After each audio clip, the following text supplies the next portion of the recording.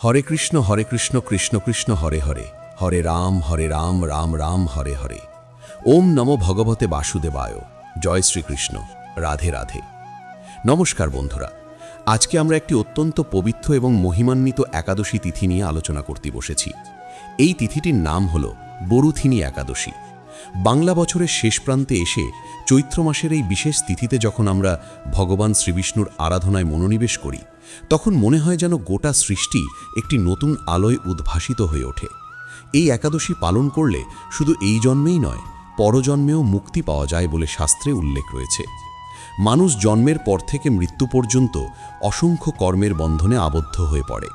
প্রতিটি কাজে, প্রতিটি চিন্তায়, প্রতিটি বাক্যে পাপ ও পুণ্যের সঞ্চয় হতে থাকে। এই কর্মফল থেকে মুক্তি পাওয়া সহজ নয়, কিন্তু ভগবান শ্রীবিষ্ণু তার অপার করুণায় আমাদের জন্য এই একাদশী তিথির বিধান দিয়েছেন, যার মাধ্যমে আমরা আমাদের পাপের ভার লাঘব করতে পারি এবং মোক্ষের পথে এগিয়ে যেতে পারি। সাধারণত বরুথিনী একাদশী বৈশাখ মাসেই পালন করা হয়ে থাকে। বৈশাখ মাসের কৃষ্ণপক্ষের একাদশী তিথিতে এই ব্রত পালনের রীতি যুগ যুগ ধরে চলে আসছে, কিন্তু এবারে এক বিশেষ সংযোগে এই তিথি চৈত্র মাসেই উপস্থিত হয়েছে। এই বিরল সংযোগটি এই তিথিকে আরও অধিক শক্তিশালী এবং তাৎপর্যপূর্ণ করে তুলেছে বলে জ্যোতিষশাস্ত্র এবং পুরাণশাস্ত্র উভয়ই উল্লেখ রয়েছে। যখন কোনো তিথি তার নির্ধারিত সময়ের বাইরে এসে পড়ে, তখন তার ফলপ্রদতা এবং আধ্যাত্মিক শক্তি বহু গুণে বৃদ্ধি পায়। তাই এবারের বরুথিনী একাদশী আমাদের জন্য একটি অসাধারণ সুযোগ নিয়ে এসেছে। শাস্ত্রে স্বয়ং ভগবান শ্রীকৃষ্ণ যুধিষ্ঠিরকে বরুথিনী একাদশীর মাহাত্ম্য সম্পর্কে বলেছেন। মহারাজ যুধিষ্ঠির একবার শ্রীকৃষ্ণের কাছে জিজ্ঞেস করেছিলেন, হে জনার্দন, বৈশাখ মাসের কৃষ্ণপক্ষের একাদশী কি নামে পরিচিত এবং এই তিথি পালনে কি ফল পাওয়া যায়? তখন ভগবান শ্রীকৃষ্ণ বলেছিলেন, হে রাজন, এই একাদশীর নাম হল বরুথিনী একাদশী। যে ব্যক্তি বৈশাখ মাসের কৃষ্ণপক্ষের এই বরুথিনী একাদশী পালন করে, সেই পৃথিবীতে সুখ এবং সমৃদ্ধি লাভ করে এবং পরলোকে অর্জন করে মোক্ষ এবং চিরমুক্তি। ভগবান আরও বলেছিলেন যে এই একাদশীর ব্রত পালনে যে পুণ্য অর্জিত হয়, তা 10,000 বছর ধরে তপস্যা করার সমতুল্য। বিশেষ করে যে ব্যক্তি সারা জীবন মিথ্যা কথা বলেছে, পরনিন্দা করেছে, অসৎ পথে চলেছে, সেও যদি একবার নিষ্ঠার সাথে এই ব্রত পালন করে, তাহলে তার সমস্ত পাপ বিনষ্ট হয়ে যায়। এটি ভগবান শ্রীকৃষ্ণের নিজের বাণী। বরুথিনী শব্দটির অর্থ বিশ্লেষণ করলে আমরা এই একাদশীর প্রকৃত স্বরূপ বুঝতে পারি। বরুথিনী শব্দের অর্থ হল যিনি রক্ষা করেন বা আশ্রয় প্রদান করেন, যিনি তার সন্তানদের সমস্ত বিপদ থেকে, সমস্ত দুঃখ থেকে, সমস্ত বিপর্যয় থেকে রক্ষা করে আশ্রয় দেন। ঠিক তেমনি এই একাদশী ভক্তকে রক্ষা করে দুঃখ থেকে, দুর্ভাগ্য থেকে এবং পাপ থেকে, এবং জীবনে নিয়ে আসে সৌভাগ্য, শান্তি এবং সমৃদ্ধি। যখন কোনো মানুষ জীবনের কঠিন পথে হারিয়ে যায়, যখন চারদিক থেকে বিপদ এসে ঘিরে ধরে, যখন মনে হয় কোনো উপায় নেই, তখন এই বরুথিনী একাদশীর ব্রত পালন করলে ভগবান স্বয়ং এসে রক্ষা করেন। এটি শুধু একটি ধর্মীয় বিশ্বাস নয়, এটি যুগ যুগ ধরে অসংখ্য ভক্তের জীবনে প্রমাণিত সত্য। তাই ভগবান বিষ্ণুর কৃপা লাভের জন্য এই ব্রত আপনিও অবশ্যই পালন করুন। মনে রাখবেন, ভগবান ভক্তের ভাব দেখেন, তার সাধন দেখেন না। আপনার কাছে অনেক কিছু নাও থাকতে পারে, আপনি হয়তো বড় মন্দিরে যেতে পারেন না, আপনার কাছে হয়তো দামি পূজার সামগ্রী নেই, কিন্তু যদি আপনার হৃদয়ে ভক্তি থাকে, যদি আপনার মনে একটুকরো নিষ্ঠা থাকে, তাহলে ভগবান আপনার পূজা গ্রহণ করবেনই। কারণ তিনি হলেন ভাবগ্রাহী জনার্দন, অর্থাৎ যিনি ভক্তের ভাব গ্রহণ করেন। যে ব্যক্তি নিষ্ঠা এবং ভক্তির সাথে এই একাদশী পালন করেন, তার জীবনের সমস্ত পাপ বিনষ্ট হয় এবং তার পক্ষে ভগবদ্ধামে প্রত্যাবর্তনের পথ আরও প্রশস্ত হয়ে ওঠে। আজকের পর্বের এই ভিডিওতে আমরা বিস্তারিতভাবে জানব এই বছর অর্থাৎ 2026 সাল বা 1432 বঙ্গাব্দে বরুথিনী একাদশীর ব্রত কবে এবং কখন পড়েছে। একই দিনে নীলষষ্ঠীর ব্রত উদযাপিত হওয়ায় আমরা আলোচনা করব একাদশী এবং নীলষষ্ঠীর উপবাস কিভাবে একসাথে সম্পন্ন করা যাবে। একাদশীর ব্রত আমরা সহজ নিয়মে কিভাবে পালন করব, সেই বিষয়ে বিস্তারিত আলোচনা হবে। কোন কোন খাদ্য গ্রহণ করা যাবে এবং কোন কোন খাদ্য বর্জনীয়, সেটিও জানব। এর পাশাপাশি আমরা জানব একাদশী ব্রতের সংকল্প মন্ত্র, পারণ মন্ত্র, পারণের সময়সূচি এবং পারণ বিধি সম্পর্কে সম্পূর্ণ তথ্য। যারা নীলষষ্ঠীর ব্রত এবং একাদশীর ব্রত একসাথে পালন করতে চান, তারা এই ভিডিওটি সম্পূর্ণ মনোযোগ দিয়ে দেখুন। এই ভিডিওতে আপনার সমস্ত প্রশ্নের উত্তর পেয়ে যাবেন বলে আমি আশা রাখি। তবে মূল পর্বে যাওয়ার আগে আপনাদের কাছে একটু অনুরোধ জানাই, এই ভিডিওটি যদি শেষ পর্যন্ত দেখে আপনার ভালো লাগে, যদি আপনার কোনো উপকার হয়, তাহলে অবশ্যই একটি লাইক করতে ভুলবেন না। আর কমেন্ট বক্সে একবার ভক্তি ভরে অবশ্যই লিখুন জয় শ্রীকৃষ্ণ। আপনাদের প্রতিটি কমেন্ট আমাদের কাজের অনুপ্রেরণা। আপনাদের ভালোবাসাই আমাদের এগিয়ে চলার শক্তি। এই চ্যানেলে যদি নতুন শ্রোতা হয়ে থাকেন তাহলে অনুরোধ করব চ্যানেলটিকে সাবস্ক্রাইব করে রাখুন এবং পাশে থাকা বেলটিতে ক্লিক করুন যাতে প্রতিটি নতুন ভিডিওর নোটিফিকেশন আপনি পেতে পারেন। এবার আসুন মূল পর্বে প্রবেশ করি। প্রথমেই জেনে নেওয়া যাক এই বছর অর্থাৎ 2026 সালে বা 1432 বঙ্গাব্দে বরুথিনী একাদশীর ব্রত কবে এবং কখন পড়েছে। একই দিনে নীলষষ্ঠীর ব্রত উদযাপিত হওয়ায় আমরা আলোচনা করব একাদশী এবং নীলষষ্ঠীর উপবাস কিভাবে একসাথে সম্পন্ন করা যাবে। একাদশীর ব্রত আমরা সহজ নিয়মে কিভাবে পালন করব সেই বিষয়ে বিস্তারিত আলোচনা হবে। কোন কোন খাদ্য গ্রহণ করা যাবে এবং কোন কোন খাদ্য বর্জনীয় সেটিও জানব। এর পাশাপাশি আমরা জানব একাদশী ব্রতের সংকল্প মন্ত্র, পারণ পারণের সময়সূচি এবং পারণ বিধি সম্পর্কে সম্পূর্ণ তথ্য। যারা নীলষষ্ঠীর ব্রত এবং একাদশীর ব্রত একসাথে পালন করতে চান তারা এই ভিডিওটি সম্পূর্ণ মনোযোগ দিয়ে দেখুন। এই ভিডিওতে আপনার সমস্ত প্রশ্নের উত্তর পেয়ে যাবেন বলে আমি আশা রাখি। তবে মূল পর্বে যাওয়ার আগে আপনাদের কাছে একটু অনুরোধ জানাই, এই ভিডিওটি যদি শেষ পর্যন্ত দেখে আপনার ভালো লাগে, যদি আপনার কোনো উপকার হয় তাহলে অবশ্যই একটি লাইক করতে ভুলবেন না। আর কমেন্ট বক্সে একবার ভক্তি ভরে অবশ্যই লিখুন জয় শ্রীকৃষ্ণ। আপনাদের প্রতিটি কমেন্ট আমাদের কাজের অনুপ্রেরণা। আপনাদের ভালোবাসাই আমাদের এগিয়ে চলার শক্তি। এই চ্যানেলে যদি নতুন শ্রোতা হয়ে থাকেন তাহলে অনুরোধ করব চ্যানেলটিকে সাবস্ক্রাইব করে রাখুন এবং পাশে থাকা বেলটিতে ক্লিক করুন যাতে প্রতিটি নতুন ভিডিওর নোটিফিকেশন আপনি পেতে পারেন। এবার আসুন মূল পর্বে প্রবেশ করি।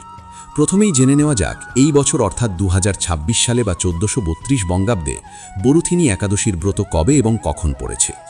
একই দিনে নীলষষ্ঠীর ব্রত উদযাপিত হওয়ায় আমরা আলোচনা করব একাদশী এবং নীলষষ্ঠীর উপবাস কিভাবে একসাথে সম্পন্ন করা যাবে। একাদশীর ব্রত আমরা সহজ নিয়মে কিভাবে পালন করব সেই বিষয়ে বিস্তারিত আলোচনা হবে। কোন কোন খাদ্য গ্রহণ করা যাবে এবং কোন কোন খাদ্য বর্জনীয় সেটিও জানব। এর পাশাপাশি আমরা জানব একাদশী ব্রতের সংকল্প মন্ত্র, পারণের সময়সূচি এবং পারণ বিধি সম্পর্কে সম্পূর্ণ তথ্য। যারা নীলষষ্ঠীর ব্রত এবং একাদশীর ব্রত একসাথে পালন করতে চান তারা এই ভিডিওটি সম্পূর্ণ মনোযোগ দিয়ে দেখুন। এই ভিডিওতে আপনার সমস্ত প্রশ্নের উত্তর পেয়ে যাবেন বলে আমি আশা রাখি। সোমবার দিনটি আবার ভগবান শিবের জন্য বিশেষ পবিত্র, আর এই সোমবারেই পড়েছে বরুথিনী একাদশী এবং নীল ষষ্ঠীর সংযোগ। এই ত্রিবিধ সংযোগ এই দিনটিকে অতুলনীয় পবিত্রতা দান করেছে। হিন্দু শাস্ত্র অনুযায়ী যখন একাধিক পবিত্র তিথির সংযোগ হয় তখন সেই সংযুক্ত দিনটির আধ্যাত্মিক গুরুত্ব কয়েক গুণ বেড়ে যায়। তাই এবারের 13 এপ্রিল আমাদের সকলের জন্য একটি অত্যন্ত গুরুত্বপূর্ণ এবং পবিত্র দিন। এবার আসুন জেনে নেওয়া যাক একাদশীর ব্রত আমরা সঠিক নিয়মে কিভাবে পালন করব। বরুথিনী একাদশীর মাহাত্ম্যে বলা হয়েছে যে নিষ্ঠা সহকারে, এমনকি অনিচ্ছাকৃতভাবেও যদি কেউ এই ব্রত পালন করে তাহলে তার পূর্বজন্মের অর্জিত সকল পাপরাশি বিনষ্ট হয়। একজন ঘোর পাপীও ভগবানের কৃপায় উদ্ধার হতে পারে। এই কথাটি শুনলে অনেকে ভাবতে পারেন যে তাহলে কি যে কোনোভাবে ব্রত পালন করলেই হবে? না, এখানে বলা হচ্ছে যে ভগবান এতটাই দয়ালু যে যদি কেউ সামান্য নিষ্ঠার সাথেও ব্রত পালন করে তবুও তিনি ফল দেন, কিন্তু সম্পূর্ণ বিধি মেনে নিষ্ঠার সাথে পালন করলে ফল হয় অতুলনীয়। এই একাদশীর ব্রতকে শুধুমাত্র একটি উপবাস ব্রত হিসেবে দেখবেন না, এটি হল জীবনের ব্যর্থতাকে সাফল্যের দিকে চালিত করার একটি দার্শনিক প্রক্রিয়া। আমাদের জীবনে প্রতিদিন যত সমস্যা আসে, যত বিপদ আসে, যত দুঃখ কষ্ট আসে, সেগুলোর মূলে আছে আমাদের অতীতের কর্মফল এবং বর্তমানের অসংযত জীবনযাপন। একাদশীর ব্রত পালনের মাধ্যমে আমরা এক দিনের জন্য হলেও নিজেদের শুদ্ধ করার চেষ্টা করি। এই শুদ্ধতার মধ্যে দিয়ে আমাদের চিত্ত পরিষ্কার হয়, আমাদের চিন্তা পবিত্র হয় এবং আমরা ভগবানের আরও কাছে যেতে পারি। এই ব্রত প্রক্রিয়াটি দশমী থেকে দ্বাদশী পর্যন্ত 3 দিন ধরে চলে এবং প্রত্যেকটি স্তরে নিষ্ঠা বজায় রাখা আবশ্যক। দশমীর দিন থেকেই ব্রত পালনের প্রক্রিয়া শুরু হয়ে যায়। যদি সম্ভব হয় সূর্যাস্তের পর নিরামিষ আহার বা ভগবত প্রসাদ গ্রহণ করবেন। এদিন কোনোভাবেই আমিষ খাদ্য খাবেন না। আহারের পর ভালোভাবে দন্তমার্জন করে নেবেন যাতে এক কণা খাবারও দাঁতে না লেগে থাকে। এই নিয়মটি শুনতে ছোট মনে হলেও আসলে এটি অত্যন্ত গুরুত্বপূর্ণ, কারণ দাঁতে খাবার লেগে থাকলে রাতে ঘুমানোর সময় সেটি পেটে যায়, যা পরোক্ষভাবে উপবাসের বিধি লঙ্ঘন করে। এছাড়া দশমীর দিন ঠাকুরঘর বা পূজার স্থান ভালোভাবে পরিষ্কার পরিচ্ছন্ন রাখা আবশ্যক। ঠাকুরঘর হলো আমাদের গৃহের সবচেয়ে পবিত্র স্থান। সেই স্থানকে পরিষ্কার রাখা মানে হলো আমাদের অন্তরের পবিত্র আসনটিকে ভগবানের জন্য প্রস্তুত করা। দশমীর দিন সন্ধ্যায় মন ভগবানের চিন্তায় রাখার চেষ্টা করুন। পরের দিন যে ব্রত পালন করবেন সেই সম্পর্কে মনে মনে সংকল্প নিন। মনে মনে বলুন যে আমি কাল একাদশী পালন করব, আমি ভগবানের স্মরণে এই দিনটি কাটাবো। এই মানসিক প্রস্তুতিও ব্রত পালনের একটি গুরুত্বপূর্ণ অংশ, কারণ মনের প্রস্তুতি ছাড়া শুধু শরীরের উপবাস করলে সেটি পূর্ণ ফল দেয় না। এরপর একাদশী দিন সকালবেলায় ঘুম থেকে উঠুন। সম্ভব হলে ব্রহ্ম মুহূর্তে উঠুন, অর্থাৎ সূর্যোদয়ের প্রায় 1.5 ঘন্টা আগে। এই সময়টি অত্যন্ত পবিত্র এবং আধ্যাত্মিক অনুশীলনের জন্য সবচেয়ে উপযুক্ত। ঘুম থেকে উঠে প্রথমে ভগবানের নাম নিন। হরে কৃষ্ণ কৃষ্ণ কৃষ্ণ হরে হরে, হরে রাম রাম রাম হরে হরে, এই মহামন্ত্র জপ করুন। তারপর স্নান পর্ব সেরে নিন। একাদশীর দিন স্নান অত্যন্ত জরুরি। শাস্ত্রে বলা হয়েছে যে একাদশীর দিন স্নান না করলে ব্রতের পূর্ণ ফল পাওয়া যায় না। স্নানের সময় মনে মনে ভগবানকে স্মরণ করুন এবং প্রার্থনা করুন যে হে প্রভু, আজকের এই পবিত্র দিনে আমাকে শুদ্ধ করে দাও, আমার মন ও শরীরকে পবিত্র করো। স্নানের পর পরিচ্ছন্ন বস্ত্র পরিধান করে ঠাকুর ঘরে যান। ঠাকুর ঘরে গিয়ে প্রথমে প্রদীপ জ্বালুন। প্রদীপের আলো হল জ্ঞানের প্রতীক। আমাদের জীবনের অন্ধকার দূর করে ভগবান যেন আমাদের জ্ঞানের আলোয় আলোকিত করেন, এই প্রার্থনা নিয়ে প্রদীপ জ্বালান। তারপর ধূপ বা আগরবাতি দিন। সুগন্ধি ধূপের ধোঁয়া আমাদের চারপাশের পরিবেশকে পবিত্র করে এবং মনকে একাগ্র করতে সাহায্য করে। এরপর সংকল্প গ্রহণ করুন। সংকল্পের জন্য ভগবান বিষ্ণু বা শ্রীকৃষ্ণের পাদপদে তুলসী পাতা এবং পুষ্প নিবেদন করুন এবং তারপরেই সংকল্প মন্ত্রটি উচ্চারণ করুন। মনে মনে বলুন, একাদশম নিরাহার স্থিত আহম অপরেহানি ভোগামি পুণ্ডরিকাক্ষ শরণমে ভব অচ্যুতা। যদি মন্ত্র উচ্চারণ করতে অসুবিধা হয় তাহলে মনে মনে বলুন, হে ভগবান, আমি একাদশীর দিন উপবাস থেকে পরের দিন আহার সম্পন্ন করব। আমি যাতে নিষ্ঠা ও ভক্তির সাথে এই ব্রত সম্পন্ন করতে পারি তার জন্য আপনি আমার সহায় থাকবেন।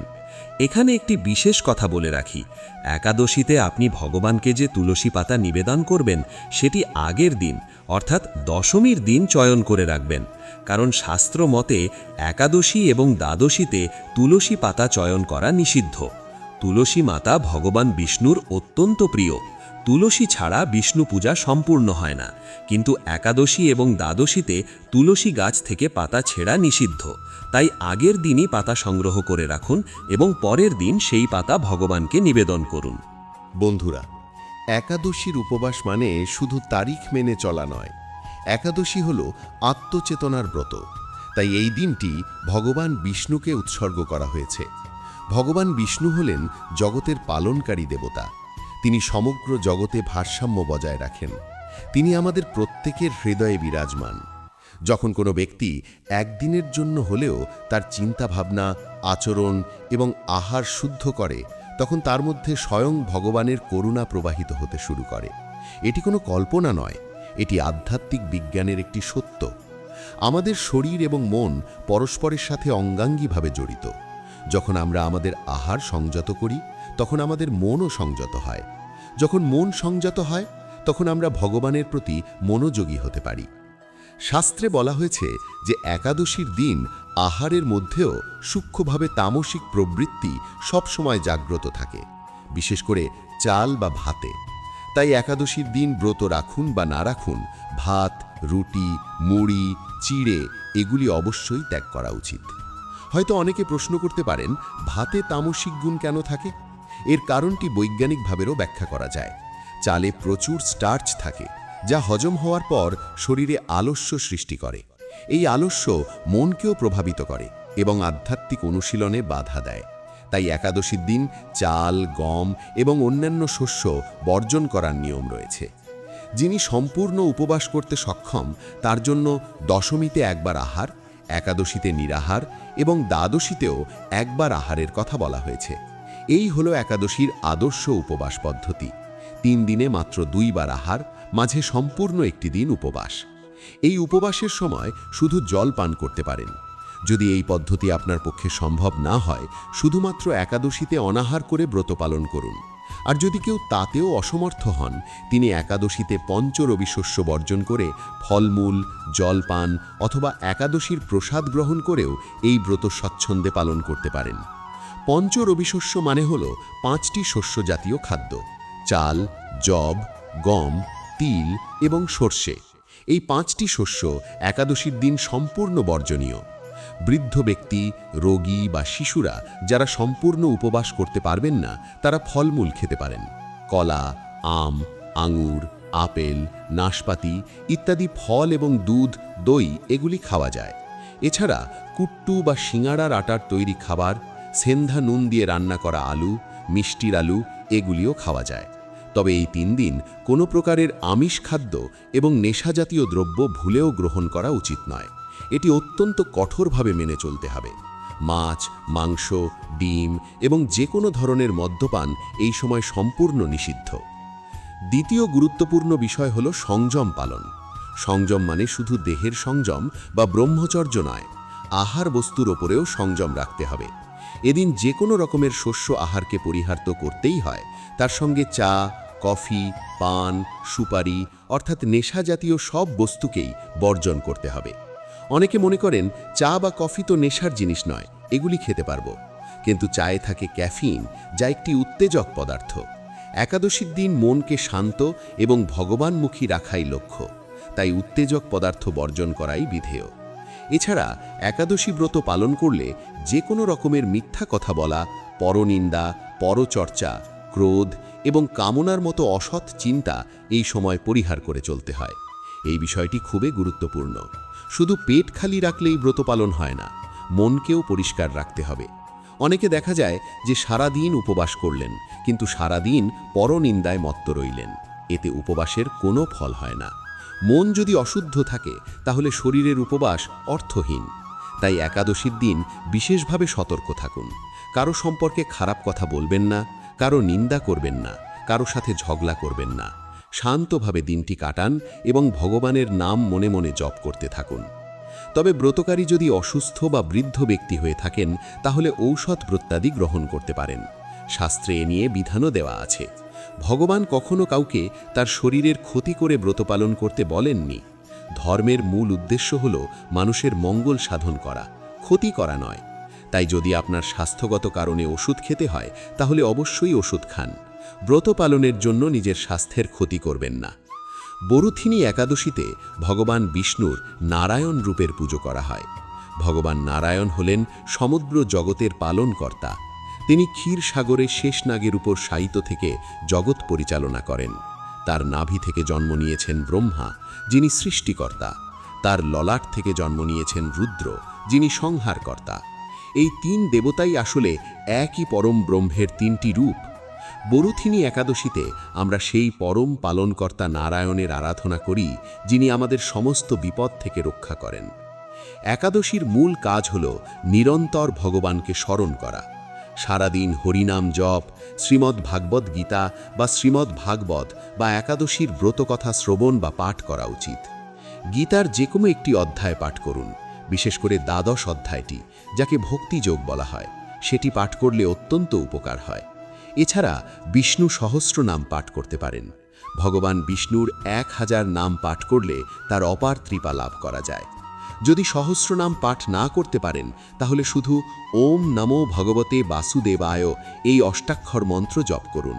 এই একটি মন্ত্রই অত্যন্ত শক্তিশালী এবং ফলদায়ক। আর হলো রাত্রি জাগরণ। একাদশীর পূর্ণ ফল লাভের একটি পন্থা হলো এই রাত্রি জাগরণ। একাদশীর রাতে না ঘুমিয়ে ভগবানের নাম কীর্তন, গান, কথামৃত পাঠ এবং ধ্যানে সময় কাটানো অত্যন্ত পুণ্যজনক। শাস্ত্রে বলা হয়েছে যে একাদশীর রাতে যিনি জেগে ভগবানের ভজন করেন, তিনি হাজার হাজার যজ্ঞের ফল পান। তবে সম্পূর্ণ রাত্রি জাগরণ সম্ভব না হলে রাত্রি 12টা পর্যন্ত জেগে হরিনাম সংকীর্তন বা ভগবানের মহিমা পাঠ বা ভগবদ্গীতা পাঠ করা উচিত। এতে যেমন ভগবান শ্রী বিষ্ণু সন্তুষ্ট হন, তেমনি একাদশীর ফলও বৃদ্ধি পায়। কীর্তনের সময় মনকে একাগ্র রাখার চেষ্টা করুন। শুধু মুখ দিয়ে নাম নিলেই হবে না, মনকেও সেই নামের সাথে সংযুক্ত করতে হবে। আমরা লৌকিক জীবনে জেনে বা না জেনে বিভিন্ন রকমের পাপ করে ফেলি। আমরা মিথ্যা বলি, আমরা অন্যের ক্ষতি করি, আমরা লোভ ও ক্রোধের বশবর্তী হয়ে অনেক ভুল কাজ করি। এই সব পাপ আমাদের কর্মফলে জমা হতে থাকে এবং আমাদের জীবনে নানা সমস্যার কারণ হয়। সেই সমস্ত পাপ রাশি এই একাদশী পালনে সহজেই বিনষ্ট হয়, যা আমাদের ভগবত ধামে ফেরার পথকে আরও প্রশস্ত করে তোলে। যিনি সমস্ত লৌকিক ধর্ম পরিত্যাগ করে ভক্তি ভরে এই ব্রত পালন করেন, তাকে আর পুনর্জন্ম নিতে হয় না এবং তিনি বৈকুণ্ঠে পরম পদ পেয়ে থাকেন। বৈকুণ্ঠ হল ভগবান বিষ্ণুর আলয়, যেখানে একবার গেলে আর ফিরে আসতে হয় না। এটিই হল মোক্ষ বা পরম মুক্তি। যিনি সঠিকভাবে এই ব্রত অনুষ্ঠান করেন, তার গৃহে ত্রিভুবনের সমস্ত তীর্থ এসে উপস্থিত হয়। এই কথাটির অর্থ হল, যে ব্যক্তি একাদশী পালন করেন, তার ঘরটি হয়ে ওঠে গঙ্গার মতো পবিত্র, বৃন্দাবনের মতো পুণ্যময় এবং কাশীর মতো মুক্তিপ্রদ। তাকে আর দূর দেশে তীর্থ করতে যেতে হয় না, তার গৃহেই সমস্ত তীর্থের পুণ্য বিরাজ করে। এটি ভগবানের এক অপূর্ব করুণা। এবারে আসুন জেনে নেওয়া যাক, যারা একাদশী দিনে উপবাস করবেন, তারা পরের দিন অর্থাৎ দ্বাদশীতে পারণ ক্রিয়া কখন এবং কিভাবে সম্পন্ন করবেন। পারণ হল উপবাস ভঙ্গ করার নির্দিষ্ট নিয়ম। একাদশীর পরের দিন অর্থাৎ দ্বাদশী তিথিতে নির্দিষ্ট সময়ের মধ্যে পারণ সম্পন্ন করতে হয়। এই পারণের নিয়ম না মানলে একাদশীর পূর্ণ ফল পাওয়া যায় না। পারণ সম্পন্ন করতে হবে 30শে চৈত্র বা 14ই এপ্রিল মঙ্গলবার সকাল 9টা 17 মিনিটের মধ্যে। এই সময়ের মধ্যেই আপনাকে পারণ করতে হবে। এর বাইরে পারণ করলে তা শাস্ত্রসম্মত হবে না। তবে এখানে একটি বিশেষ কথা বলি, যারা নীল ষষ্ঠী এবং একাদশী একসাথে পালন করতে চান এবং যদি সমগ্র দিন ও রাত্রি উপবাস রাখতে অসমর্থ হন, তাহলে তারা সোমবার অর্থাৎ নীল ষষ্ঠীর দিন রাত্রি 9টা 39 মিনিটের পরেও ব্রত ভঙ্গ করে নিতে পারেন।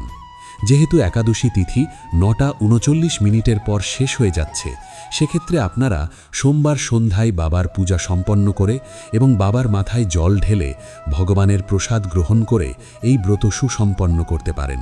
তাতে নীল ষষ্ঠী এবং একাদশীর ব্রত দুটোই একসঙ্গে পালন হয়ে যায়। নীল ষষ্ঠী হল ভগবান শিবের একটি বিশেষ ব্রত। বাংলার মায়েরা সন্তানের মঙ্গলের জন্য এই ব্রত পালন করে থাকেন। নীল ষষ্ঠীতে মায়েরা উপবাস থেকে সন্ধ্যায় শিবের মাথায় জল ঢালেন এবং শিবের পূজা করেন। এবার এই ব্রতটি পড়েছে ঠিক বরুথিনী একাদশীর দিনেই। তাই যারা উভয় ব্রতই পালন করতে চান, তাদের জন্য এটি একটি বিশেষ সুযোগ। একই দিনে দুটি পবিত্র ব্রত পালনের সুযোগ সহজে আসে না। তবে যদি আপনি শারীরিকভাবে সমর্থ হন, তাহলে পরের দিন সূর্যোদয়ের পর পারণ ক্রিয়া সম্পন্ন করবেন। বলার অর্থ হল এই যে আপনি একাদশীর ব্রত এবং নীল ষষ্ঠী একসাথে সোমবার দিন রাত্রেও সম্পন্ন করতে পারেন এবং পরের দিন মঙ্গলবার সূর্যোদয়ের পরেও ব্রত ভঙ্গ করতে পারেন। উভয়ই স্বাস্থ্যসম্মত।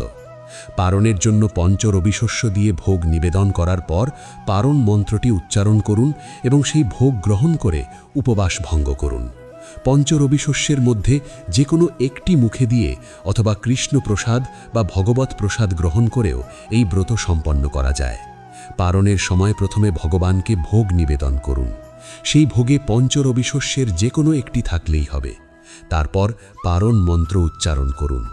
পারণ মন্ত্রটি আপনি এভাবে উচ্চারণ করতে পারেন: ওম অজ্ঞানতিমিরান্ধাস্য ব্রতেনানেন কেশব প্রসিদ্ধ সুমুখনাথ জ্ঞান দৃষ্টিপ্রদো ভব। অর্থাৎ, হে কেশব, আমি আপনার কৃপা দৃষ্টিতে নিরাহারভাবে এই একাদশীর ব্রত সুসম্পন্ন করেছি। এই ব্রত দ্বারা আমার প্রতি প্রসন্ন হয়ে আমাকে জ্ঞানচক্ষু প্রদান করুন। এই মন্ত্রে আমরা ভগবানের কাছে জ্ঞানের আলো প্রার্থনা করছি, কারণ জ্ঞানই হল মুক্তির একমাত্র পথ। অজ্ঞানতাই আমাদের বারবার সংসারে টেনে আনে এবং জন্ম মৃত্যুর চক্রে আবদ্ধ করে রাখে। তাই পারণ মন্ত্রে আমরা ভগবানের কাছে জ্ঞানের আলো প্রার্থনা করছি। পারণের পর প্রথম আহারটি সাত্ত্বিক এবং হালকা রাখুন। দীর্ঘ উপবাসের পর একসাথে অনেক বেশি খাবেন না। প্রথমে সামান্য জল বা ফলের রস পান করুন, তারপর ধীরে ধীরে খাবার গ্রহণ করুন। পারণের দিনও আমিষ খাদ্য বর্জন করার চেষ্টা করুন। এছাড়া একাদশী দিন অবশ্যই তুলসী মাতাকে জল নিবেদন করুন। অনেকের মনে বিভ্রান্তি থাকে যে একাদশী ও রবিবারে তুলসী মাতাকে জল দেওয়া যাবে কিনা। তাদের উদ্দেশ্যে বলি, বছরে ৩৬৫ দিনই তুলসী মাতাকে জল নিবেদন করা যায়। হরিভক্তি বিলাসে এই নিয়ে যথেষ্ট তথ্য রয়েছে। তুলসী ভগবান বিষ্ণুর অতি প্রিয়। তুলসীকে জল দেওয়া মানে হল ভগবান বিষ্ণুকে সন্তুষ্ট করা। তাই কোনো দিনেই তুলসীকে জল দেওয়া বন্ধ করা উচিত নয়। তবে একাদশী এবং দ্বাদশীতে তুলসী পাতা ছেঁড়া বা চয়ন করা যাবে না, এটি মনে রাখবেন। আপনি যদি তুলসী মাতার মাহাত্ম্য সম্পর্কে বিস্তারিত জানতে চান, তাহলে আমাকে কমেন্টে জানাতে পারেন। আমি পরের ভিডিওতে সেই সম্পর্কে আপনাদের বিস্তারিত জানিয়ে দেব। তুলসীর মাহাত্ম্য সম্পর্কে শাস্ত্রে অনেক কিছু বলা আছে, যা জানলে আপনি অবাক হয়ে যাবেন। এর পাশাপাশি খেয়াল রাখবেন দশমী থেকে দ্বাদশী পর্যন্ত শরীর থেকে যাতে রক্তক্ষরণ না হয়। তাই সবজি বা তরিতরকারি কাটার ক্ষেত্রে সতর্ক থাকতে হবে। শুধু শারীরিক রক্তক্ষরণ নয়, এই 3 দিন কোনো হিংসাত্মক কাজ থেকেও বিরত থাকুন। কোনো প্রাণীকে কষ্ট দেবেন না, কারোর সাথে শত্রুতা করবেন না। অহিংসা পরম ধর্ম, এই নীতি এই 3 দিন বিশেষভাবে মেনে চলুন। একাদশী ব্রতের সময় আরও কিছু বিশেষ নিয়ম মেনে চলা উচিত। এই দিন কারো বাড়িতে অন্ন গ্রহণ করা উচিত নয়, কারণ অন্ন হলো শস্য, আর শস্য এই দিন বর্জনীয়। যদি কারো বাড়িতে নিমন্ত্রণ থাকে, তাহলে বিনয়ের সাথে জানিয়ে দিন যে আজ আপনি ব্রত পালন করছেন। এই দিন অতিরিক্ত ঘুমানো উচিত নয়। ঘুমের মধ্যে আমরা কোনো কিছু করতে পারি না, তাই একটি পুণ্যতিথিতে অতিরিক্ত ঘুমানো মানে সেই পুণ্যকাল নষ্ট করা। এই দিন যতটা সম্ভব জাগ্রত থেকে ভগবানের নাম নিন এবং তার লীলা কথা পড়ুন বা শুনুন। এই দিন দান ধর্ম অত্যন্ত পুণ্যজনক। যদি সম্ভব হয়, কোনো দরিদ্র মানুষকে খাদ্য দান করুন, বস্ত্র দান করুন। শাস্ত্রে বলা হয়েছে যে একাদশীর দিন দান করলে তার ফল সাধারণ দিনের তুলনায় কয়েক হাজার গুণ বেশি হয়। তবে দান করার সময় মনে কোনো প্রত্যাশা রাখবেন না। নিঃস্বার্থভাবে দান করুন, কারণ ফলাকাঙ্ক্ষী দান কখনো পূর্ণ ফল দেয় না। এবার আসুন বরুথিনী একাদশীর ব্রত কথা সম্পর্কে কিছু বলি। এই ব্রতের পিছনে একটি সুন্দর কাহিনী রয়েছে। পুরাণে বর্ণিত আছে যে মান্ধাতা নামে একজন মহাপুণ্যশালী রাজা ছিলেন। তিনি প্রজাপালনে অত্যন্ত দক্ষ ছিলেন এবং ভগবান বিষ্ণুর পরম ভক্ত ছিলেন। একবার এক বনে ঘুরতে গিয়ে তিনি ভুলবশত একজন মুনির আশ্রম অপবিত্র করে ফেলেন। মুনি তাকে শাপ দিলেন। শাপের ফলে রাজার জীবনে নানা বিপদ আসতে লাগল। তখন রাজা ভগবান বিষ্ণুর কাছে প্রার্থনা করলেন। ভগবান তখন তাকে বরুথিনী একাদশীর ব্রত পালন করতে বললেন। রাজা ভক্তি ও নিষ্ঠার সাথে এই ব্রত পালন করলেন এবং তার শাপ মুক্তি হল। এই কাহিনী আমাদের শেখায় যে যত বড় বিপদেই পড়ুন না কেন, ভগবানের শরণাপন্ন হলে মুক্তি পাওয়া যায়। বরুথিনী একাদশীর ব্রতকথা পাঠ করা বা শোনাও অত্যন্ত পুণ্যজনক। একাদশীর দিন এই ব্রতকথা পাঠ করলে যে পুণ্য অর্জিত হয় তা একটি সম্পূর্ণ তীর্থযাত্রার সমতুল্য বলে শাস্ত্রে উল্লেখ রয়েছে। তাই চেষ্টা করুন একাদশীর দিন এই ব্রতকথা পড়তে বা শুনতে। এখন আসুন একাদশীর ব্রতের আধ্যাত্মিক তাৎপর্য নিয়ে একটু গভীরে যাই। একাদশী শব্দের অর্থ হল 11। চন্দ্র পঞ্জিকা অনুযায়ী প্রতি মাসে 2টি পক্ষ থাকে, কৃষ্ণপক্ষ এবং শুক্লপক্ষ। প্রতি পক্ষের একাদশতম তিথিকে বলা হয় একাদশী, অর্থাৎ প্রতি মাসে 2টি একাদশী আসে এবং প্রতি বছরে 24 থেকে 26টি একাদশী আসে। প্রতিটি একাদশীর আলাদা নাম এবং আলাদা মাহাত্ম্য রয়েছে। এর মধ্যে বরুথিনী একাদশী একটি বিশেষ স্থান অধিকার করে আছে। আধুনিক বিজ্ঞানও চন্দ্রের প্রভাব মানব শরীরের ওপর স্বীকার করে। পূর্ণিমা এবং অমাবস্যার সময় সমুদ্রে জোয়ার ভাটা হয়। আমাদের শরীরেও প্রায় 70% জল রয়েছে, তাই চাঁদের প্রভাব আমাদের শরীরের ওপরেও পড়ে।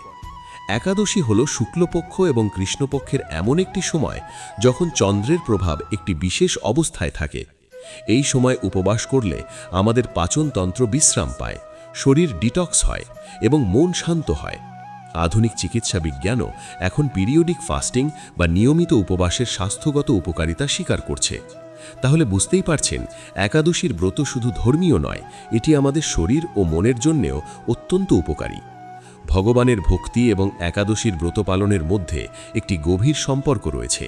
যিনি নিয়মিত একাদশী পালন করেন তার মনে ভগবানের প্রতি ভক্তি ধীরে ধীরে বাড়তে থাকে, কারণ প্রতি মাসে দুবার তিনি ভগবানকে সর্বোচ্চ অগ্রাধিকার দিচ্ছেন।